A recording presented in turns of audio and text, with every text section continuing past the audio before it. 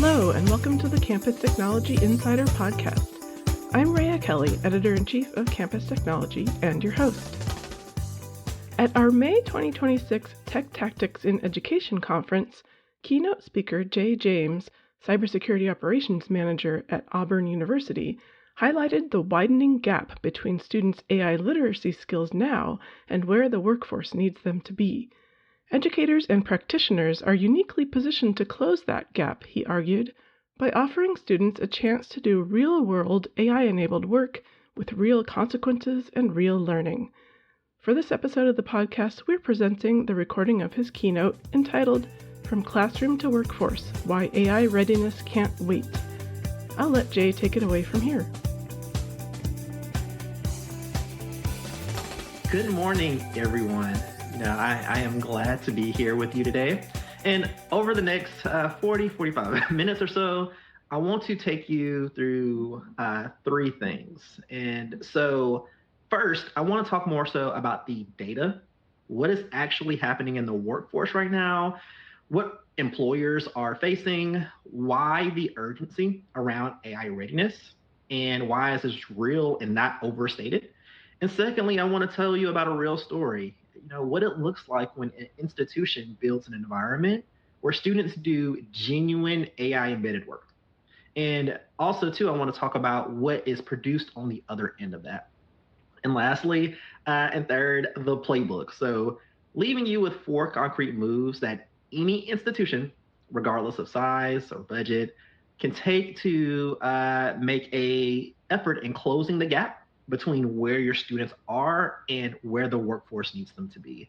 So what I want for you today is clarity and momentum. And by the time that we are done, you should know at least somewhat where your institution stands and exactly the moves you should make first and who you need to call to help you on that journey. But with that, before I give you all of the data, there's someone I want you to meet. And that someone is George. To the right of the slide, you see a picture of George and I at the Student Involvement Awards at Auburn University. He was fortunate to win the award for the campus, and I am very proud of him and the work that he's done at Auburn, but the work that he's also doing now. When I first met George, he was a college student working part-time in our Security Operations Center. He was a computer science student who had the curiosity, drive, and access to a program that gave him real tools in a real environment. I remember his first week. He was there with real tools in the network, with real alerts that we had coming into our SOC to respond to, with real threats we had to respond to on a daily basis. And most importantly, there were real consequences in the decisions that he made. I watched him take a breath, lock into the screen, and get to work. No script, no case study, just a student with a real opportunity. And that moment really stuck with me because I realized that we built something that many institutions haven't at the time. It was a place where all of the students could show up, do meaningful work, and grow in ways that a classroom alone simply cannot provide. So today, George is doing the work that many seasoned professionals, from my experience and in my realm, they can't do, because we gave him a chance to learn this AI augmented security operations before most organizations even knew that was a thing. So I'm going to come back to George, hold on to his story, because everything I'm about to say, every data point, every policy, every signal, every call to action, all comes back to students like him. Students who are ready, students who are waiting, and students who just need someone to open the door. So let me ask you a question, and I want you to stick with it and sit with it for a moment. Who are we preparing our students for? We build programs on what the workforce needed 5 years ago. We designed assessments and competencies that have honestly aged. We graduate students in a world that has already moved past assumptions we made when we designed their programs. And here's what makes this particularly hard. We don't always know it's happening, right? We have curriculum drift that is slow. The gap between what we're teaching and what the workforce needs doesn't announce itself, and it shows up in different places like the first performance review, or it shows up when the hiring manager says, well, the candidate looks great on paper. It shows up where graduates who get the job and then they spend their first year catching up on skills they should have already had. The workforce students are walking into in 2026 is not the workforce we design our curricula around, and the AI disruption curve didn't give us a warning. It just arrived. And the gap between where our students are and employees need them to be, it's widening fast, and it will keep widening unless we make a deliberate choice to close it. So we're past the debate if AI matters, and we're past whether students should be exposed to it. The question is now, how fast do we move, and whether we move enough or with enough intention to actually make that difference. So that is what today's conversation is about. All right, so now let's get into some of the data, and here's where we are. 79% of workers say they feel unprepared to use AI at work. Not uncertain, unprepared. And 65% say their employees have never provided a single hour of AI training. That is 2/3 of the workforce, never a single hour of AI training. And I want you to sit with what that means for a moment. These are people who show up to work, they saw AI being deployed around them, and they were never given the tools, the time, or the support to develop the skills they needed.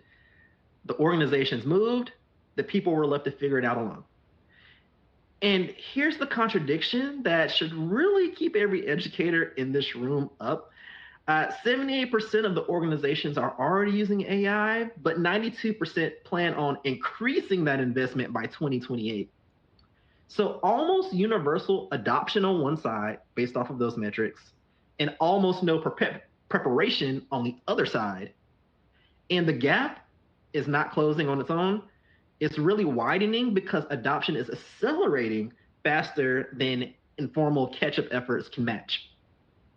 So employers are not closing that gap fast enough.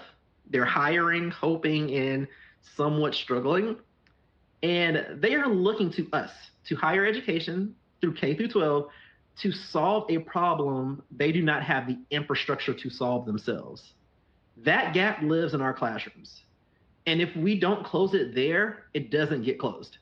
Every graduate we send out unprepared is another person who will spend the first years at work trying to catch up to something that we could have given them before they walked out of the door.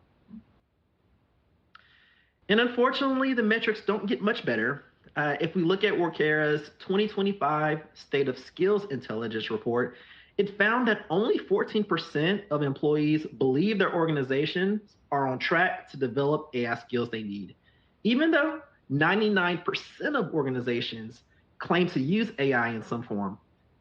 99% claim adoption, 14% believing they're actually being prepared.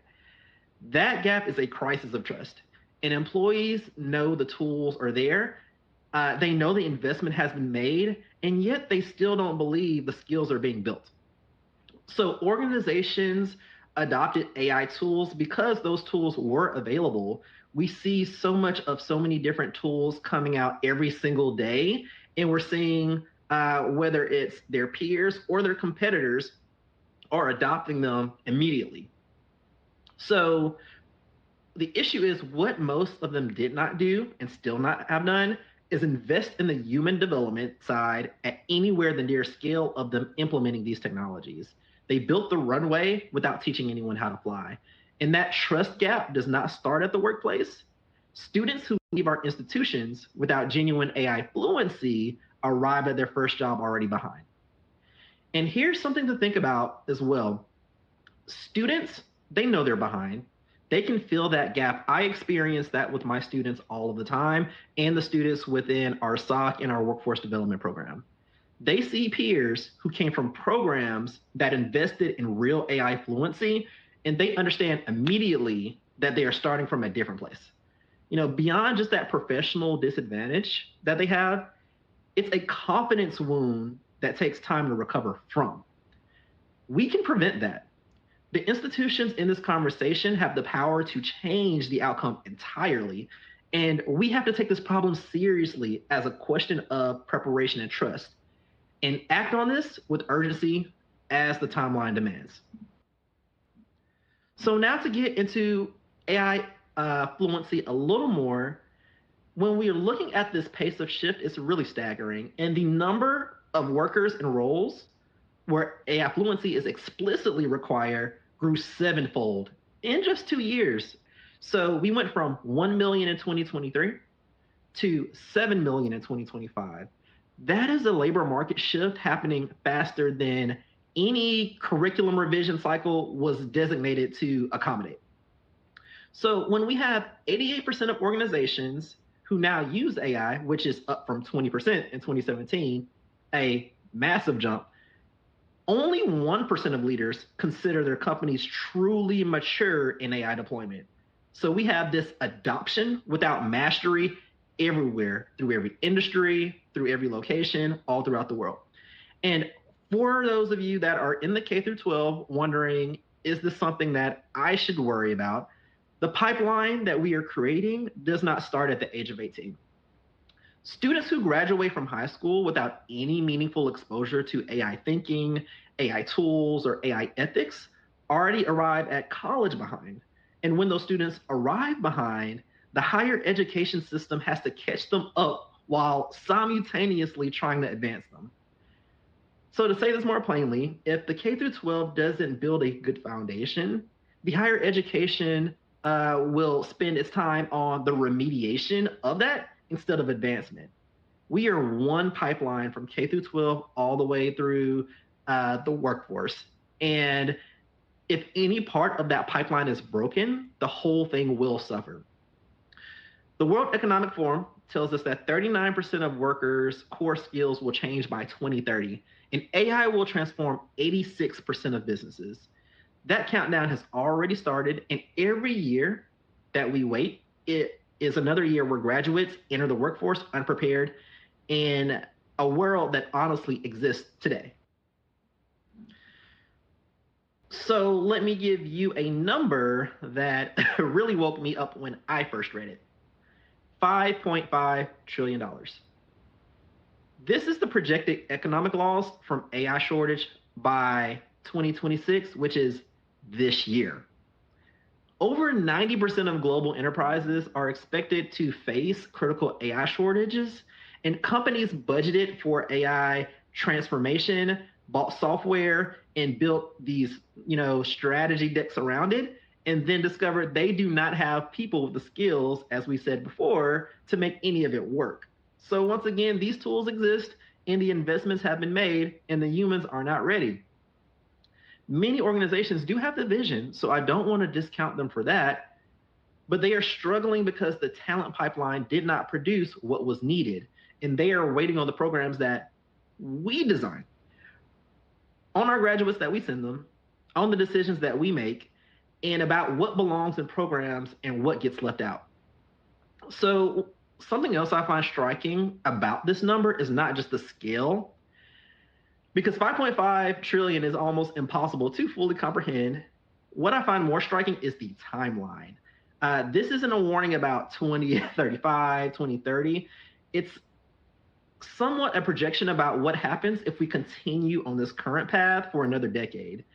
It's looking at this year, right? We have a shortfall that is already here, and the losses are already being counted. And every institution that graduates another class of students without genuine AI fluency is really contributing towards that number. So you're starting to see a theme year with all of the data points collected within the industries and within our economy of what we're seeing forward. So if someone says to you, we can get to this next year, you need to tell them that we are already in a hole. The clock ran out while we were deliberating and debating whether to include AI in our learning outcomes or not. So now let me flip this around, because this is also a story of extraordinary opportunity. We sometimes spend much time on the urgency that we also forget to talk about what actually is possible for the students that we serve and thinking about how are we sending them out in the world. If we look at PwC's 2025 Global AI Jobs Barometer, they found that AI skilled workers command 56%, 56% wage premium over comparable roles, double the premium just from 1 year prior across every industry. So we are talking healthcare, manufacturing, education, finance, every sector. Job postings required AI skills grew 7.5% year over year. And even as total job postings fell by 11%, the labor market is contracting and shrinking everywhere else except for where AI fluency lives. So the median annual salary for AI related roles in Q1 was $157,000. So I want to be concrete about what it means for for example, first generation college student, or for a student from a community that has historically had less access to higher wage careers. A wage premium for AI fluency is not concentrated in a narrow slice of elite roles at large tech companies. It runs across industries, it runs across geographies, and it is accessible to any graduate who comes out of their program with a genuine demonstrated AI skill. That is not something that we should take lightly. It's an equity argument that is much as an economic one that we have.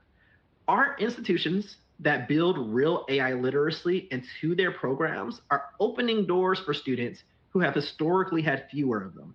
And the institutions that do not are quietly assuring that access gap widens. So we have the power to determine which side of the divide our graduates land on. That is the work that we have to do. So I do have one more number for you before we start to shift gears and talk about some of the work that I've done and some of the things that I have been seeing in this space, especially for those who are leading institutions with those security programs. And this hits home for me, especially given the nature of cybersecurity and the world that we are in today. 4.8 million unfulfilled cybersecurity jobs worldwide, a 19% increase just from the year before, and the industry is nearly twice its current headcount, or it needs twice its current headcount just to meet this existing demand. So one of the more popular cybersecurity organization, Fortinet, they had a 2025 skills cybersecurity gap report. They found that 54% of breaches are attributed directly to the cybersecurity skills gap. So if we hire, we would have less of those incidents. More than half of all breaches are happening because we have not produced enough prepared people to stop them. So the attackers have gotten much more sophisticated. The pipeline did not produce enough skilled people, and this is really showing you how much of an education problem in the space that we have.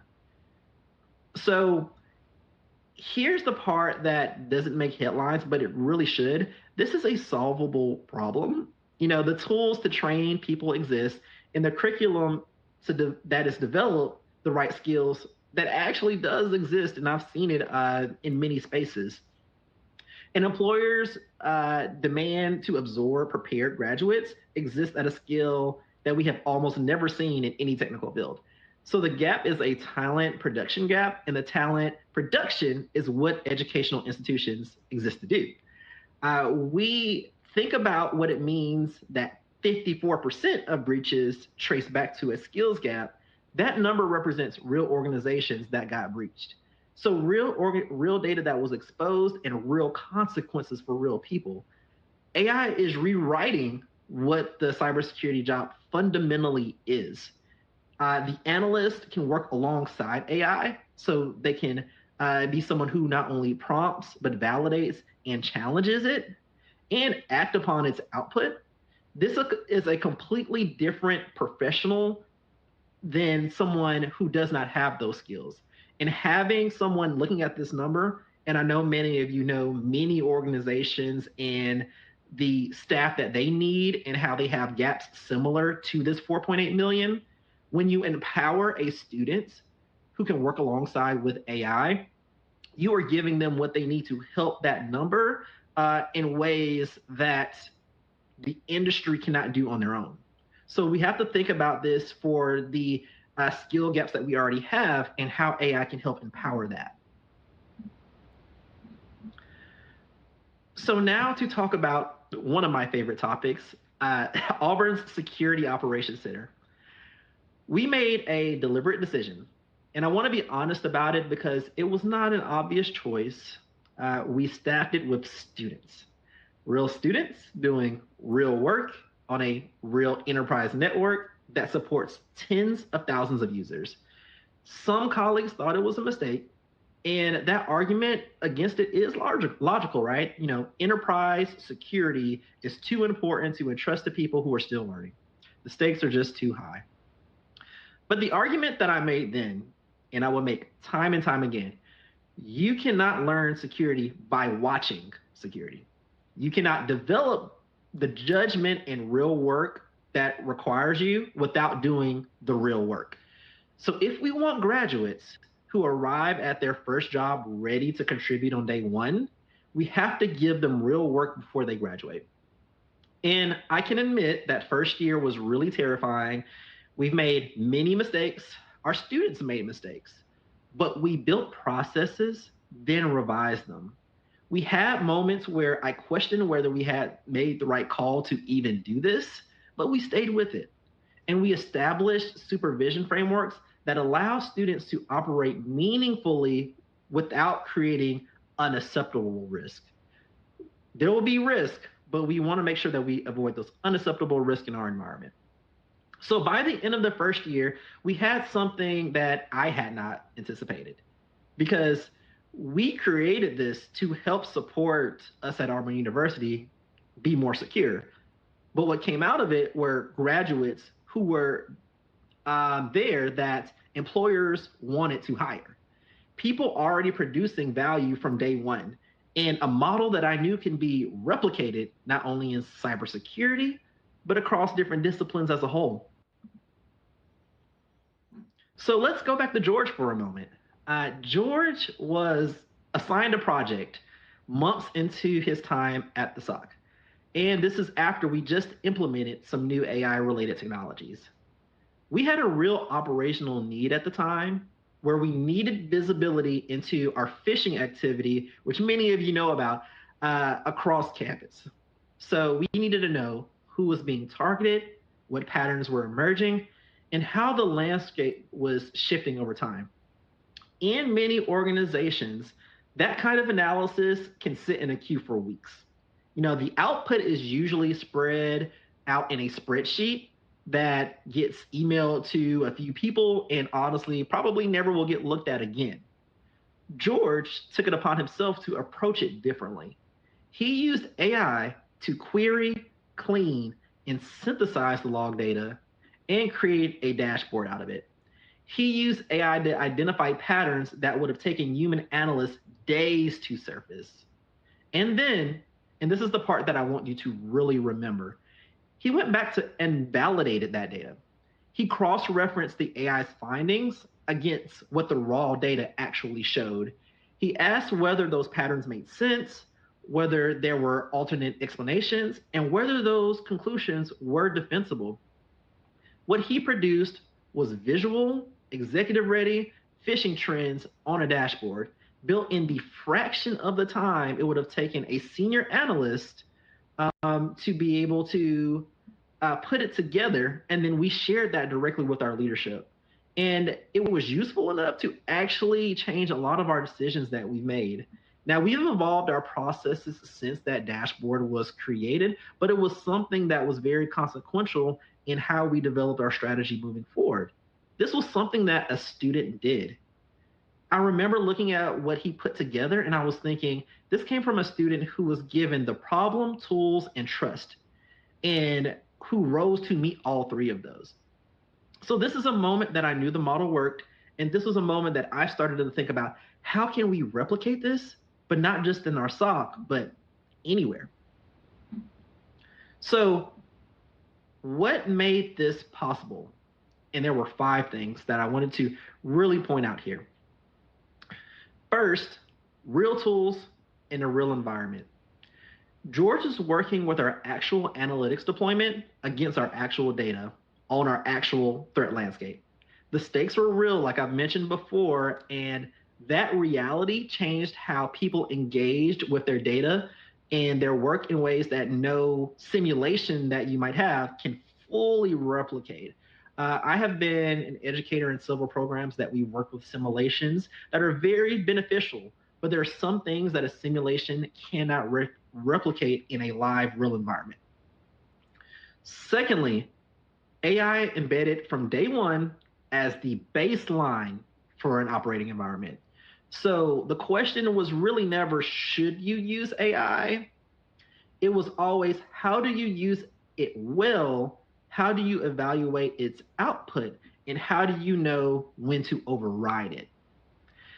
And I wanted to add here as well, every process that you do in your organization does not need AI embedded, enabled, or integrated. But for those that do, with the use case, you want to make sure that you're using these factors to be able to use it well and use it in an efficient way, leveraging AI literacy. So third, and this is my favorite because I am really passionate about mentorships, having a structured mentorship. So someone invested in the professional development, not just checking whether their work cleared the minimum bar. There is a real difference between a supervisor who tells you what to fix and a mentor who helps you understand why something needs to be different. Fourth, we have a culture of failure tolerance. So George could get it wrong. George could iterate through the issue, and he can try again in an environment that had his back. The real learning is requiring you to have a space where you have the ability to fail safely. We built that deliberately. So what that looks like is having tiers of activities, and those different tiers have different risk thresholds.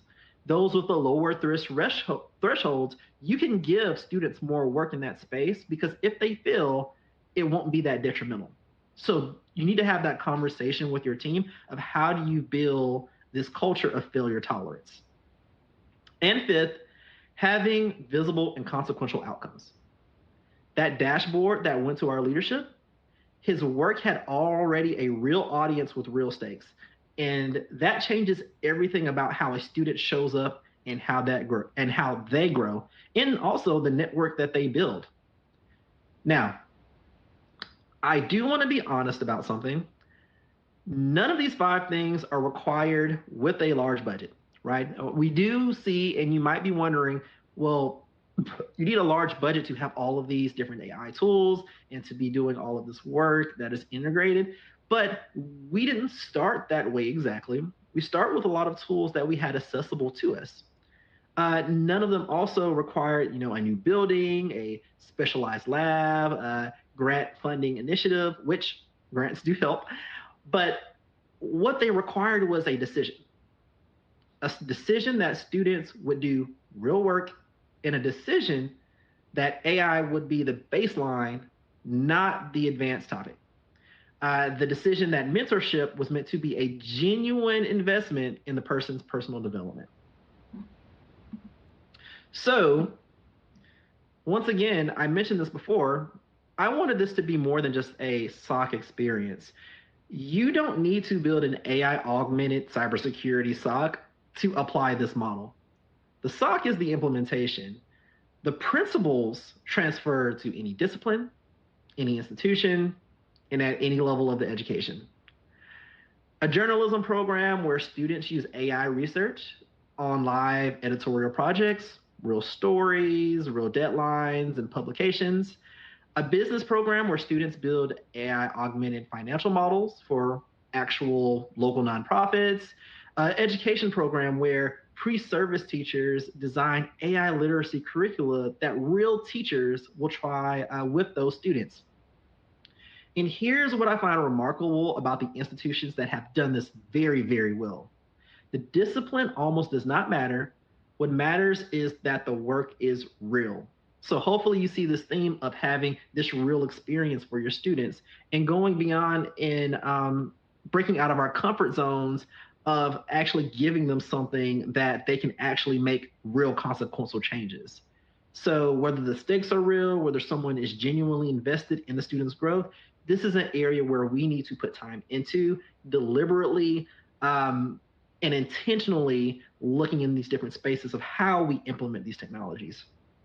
So from my experience, the moment students understood their work would be seen by a real audience, that is where everything has changed and the quality of thinking went up. The questions that they asked went deeper, and the ownership they felt over their work became visible. So the same principles that I've repeated over the past few slides, every time having the real work, real tools, real accountability, and real outcomes. When those four elements come together, the students stop learning about their field and start practicing it. And this is exactly the change that the workforce is waiting for. So to think about how we're looking at this as a country, the federal government put a very explicit stake in the ground on this issue. In April 2025, the president signed an executive order for advancing artificial intelligence education for American youth. It established this national strategy to promote AI literacy in K through 12, directs federal agencies to prioritize AI pathways, and calls on educators, industry leaders, and employers to partner with building programs that equip students with essential AI skills. So in February of this year, the Department of Labor released a formal AI literacy framework. So I highly recommend you looking at that. It has 5 foundational content areas, 7 delivery principles, and several guidance for workforce development on how you integrate AI literacy into their programs. This is a federal government operationalizing this policy, and the America's AI Action Plan explicitly frames K through 12 in higher education as a core infrastructure to the national AI competitiveness strategy. So when Washington calls education institutions infrastructure, they are making a claim about accountability. And infrastructure is expected to work, right? When bridges fails, we don't shrug and say the bridge program, is too hard. We investigate, we rebuild, and we invest in what is needed to make sure that it doesn't happen again. That same standard is being applied to talent pipelines, and institutions that are not producing AI-ready graduates, by their standard, are failing this infrastructure. So the message from Washington is clear: we are the pipeline. And if that pipeline is not producing AI-ready graduates, that is a national vulnerability. Every institution in this conversation is a part of that infrastructure. And infrastructure either works or it fails. So let's talk about within our institutions. So AI adoption within our own institutions have jumped from 49% to 66% in a single year. From experimentation to institutional strategy within that 12-month time span. So there is a distinction getting lost in the adoption numbers that I think is a most important distinction within higher ed right now. An institution that uses AI and an institution that teaches students to use AI are doing 2 different things. Using AI to optimize the administrative operations, to personalize student communications, and to improve retention modeling is a legitimate and valuable use, but it doesn't transfer to the students themselves. A student who attends an institution that uses AI extensively may still graduate with no meaningful AI fluency. And this is because the AI was used to serve themselves, and no one made sure they could use it themselves. So the question I keep coming back to is, are we only using AI in our institutions, or are we also teaching those students to use AI in theirs? So here's a practical test that I want you to consider and to think about. Think about the last 3 significant AI investments your institution made. Were they primarily about making operations more efficient, or were they primarily about putting students in direct contact with AI tools in a structured, assessed learning context? And if it's the former, that tells you exactly where the gap is. Using AI well as an organization is a legitimate goal. And building students who can use it professionally is a different goal. So both matter, but only one closes the readiness gap. So you probably heard the term of scaffolding AI literacy. So when we're looking at scaffolding AI literacy from awareness to application to critical evaluation, it honestly takes design, faculty development, and an actual institutional decision that this is what it means for us to get a degree here. That decision is the missing piece, and only we can make up for that. So I want to also give you a framework that you can orient yourself to honestly assess whether where you're starting from. So level one is awareness, talking about AI, faculty experimenting it individually, maybe a policy draft, students using AI tools informally, and you may or may not know the extent of it. Level two is integration. So AI embedded deliberately into a specific course. An institution policy may exist. Some faculty may have been trained, and you are collecting outcome data on AI fluency. This is where intention becomes very visible. And level three is the transformation. So AI literacy runs through the curriculum as a thread that connects what it means to graduate from your institution, and students leave with demonstrated skills employers can verify. Industry partnerships are active and bidirectional, and this is where impact becomes systemic. So most institutions right now are at level one, some are reaching level two, and very few are at level three. So the distance between level one and level three is measured in whether leadership decides this is a priority and acts accordingly. So the institutions that move fastest make the clearest decisions and then build towards it with intention. And I want you to think honestly about where your institutions sit right now. Not where you want to be, but where it actually is. Are you at level one, level two, or level three? Because that honest assessment is really where you start to build that strategy and where meaningful change starts. So here's the first move for institutions that want to lead. You know, you don't start with policy, you start with using use case. So when students when students are here, when something is new and carries risk, the instinct is go get a policy first. You know, convene a committee, draft a framework, and get through shared governance and then pilot something. That process is not wrong, but you will need that policy. And if you make that policy a prerequisite for the use case, you will still be working on that policy when the window closes. So institutions that are leading on AI readiness right now start with one faculty member that's willing to try something, one program that are willing to put the students in contact with those real tools, and one administrator willing to say, we don't fully have the full framework yet, but we are willing to have enough to start. So we really started our SOC with asking that question of what if we gave our students real work? And you want to make sure that you start with your use case. You find a program where real AI embedded work is possible, and you find the faculty member who is ready, pilot it, document what happens, learn from it, and use that proof to build policy and a broader strategy around it. So students can only be as AI ready as their instructors are willing and equipped to take them. And if we are not addressing the system design, we are not actually addressing the problem. So every institution needs a faculty AI developed pathway that you create that is structured, ongoing, and supported. Moving faculty from users to integrators to people helping their institution think of what AI readiness really means in their discipline, it does not have to be expensive. All it has to be is intentional.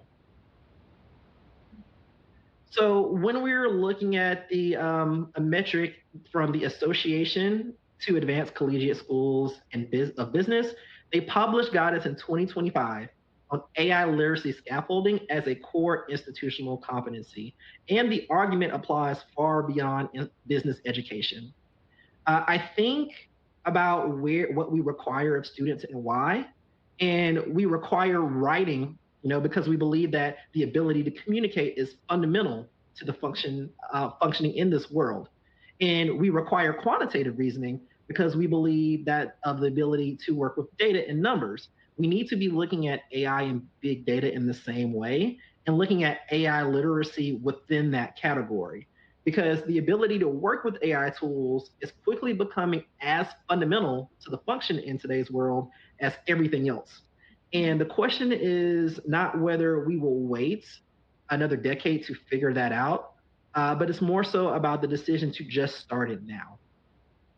And that final piece of the playbook that I wanted to talk about is a genuine, ongoing, bi-directional relationship with industry.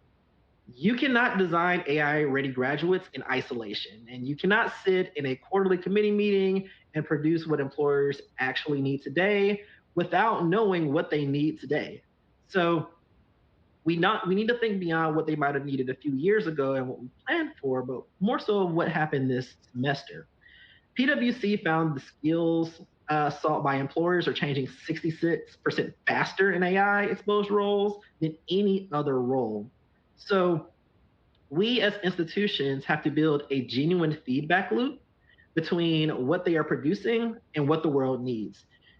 That is the result of a decision to stay in a relationship with people on the other side of the bridge. So we have this pipeline. We have to create a relationship that we sit and maintain. And we can do this through things like having our industry advisory councils, having co-op and internship pipelines, and then also creating these AI embedded capstone projects. So I want to end where we started with George. After 1 year after the phishing dashboard that he built in front of our leadership, 1 year after a college student produced analysis that changed how major universities thought about its own security posture, George had an offer before graduation. So we have what we need to build what we need for the students of our future. And we have all of the parts starting with the raw material, the students ready to rise if someone gives them a chance. We have the faculty who do care deeply about the people in their classroom, and we have the institutional standing to create environments where the real work happens.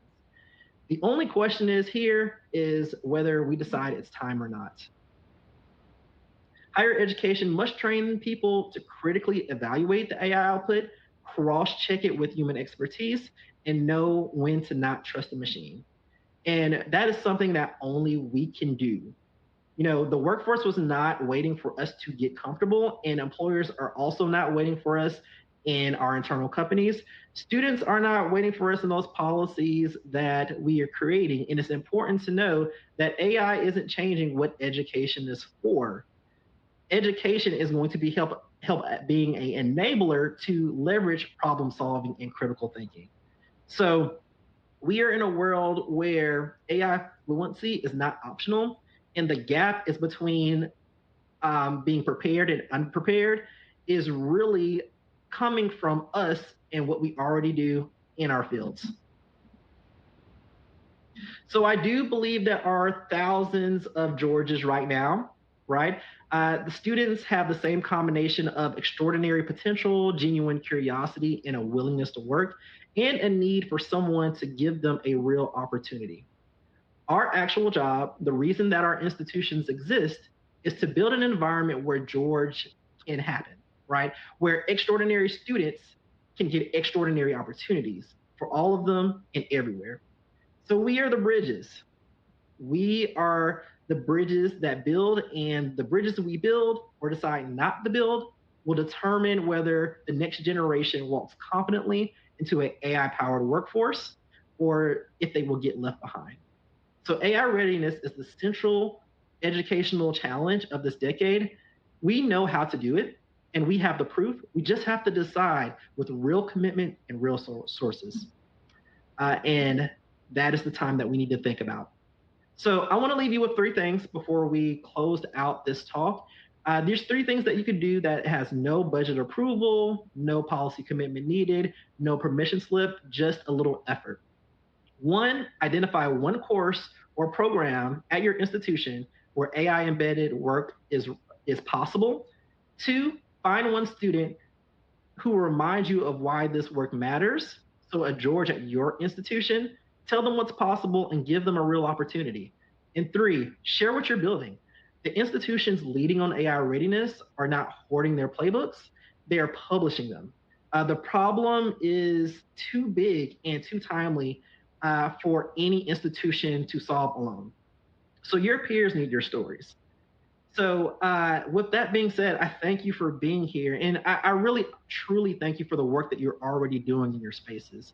Thank you for taking this seriously and thinking about the possibility of your institutions that could be a part of the answer to really one of our most important workforce challenges of our time. Thank you all for listening to this talk today and looking forward to seeing what you produce on your end. Thank you for joining us. I'm Rhea Kelly, and this was the Campus Technology Insider Podcast. You can find us on all the major podcast platforms or visit us online at campustechnology.com/podcast. Let us know what you think of this episode and what you'd like to hear in the future. Until next time.